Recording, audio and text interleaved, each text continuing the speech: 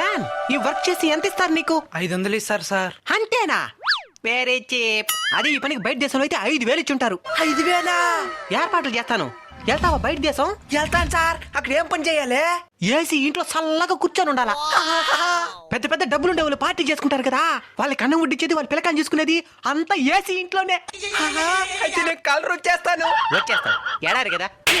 అదే అదే, నువ్వు అక్కడే పోతావా ఊర్లో ఏమన్నా తీసుకొని పోతావా? ఊరు లేదు వద్దు, మనకంటే ఎక్కువ సంపర్చి మనకే శాతపూర్ చేస్తారు. ఇది కాకుండా ఇంకా ఏ పనులు చేస్తావా? పశువులు మేపుతాను. ఓకే, ఒంటిల దగ్గర చేయొచ్చు. చిందా? అదే అదే, నువ్వు ఈ ఏర్పాట్లు ఇడిపో.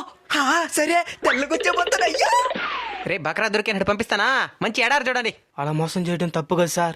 ఏది తప్పు? ముందు ఎక్కువ డబ్బులు ఆశపడి తప్పు చేసిన వాళ్ళు ఏం ఇండియాలో పని చేసుకుంటే వద్దనిందా? మంచి ఎడారి చూడు.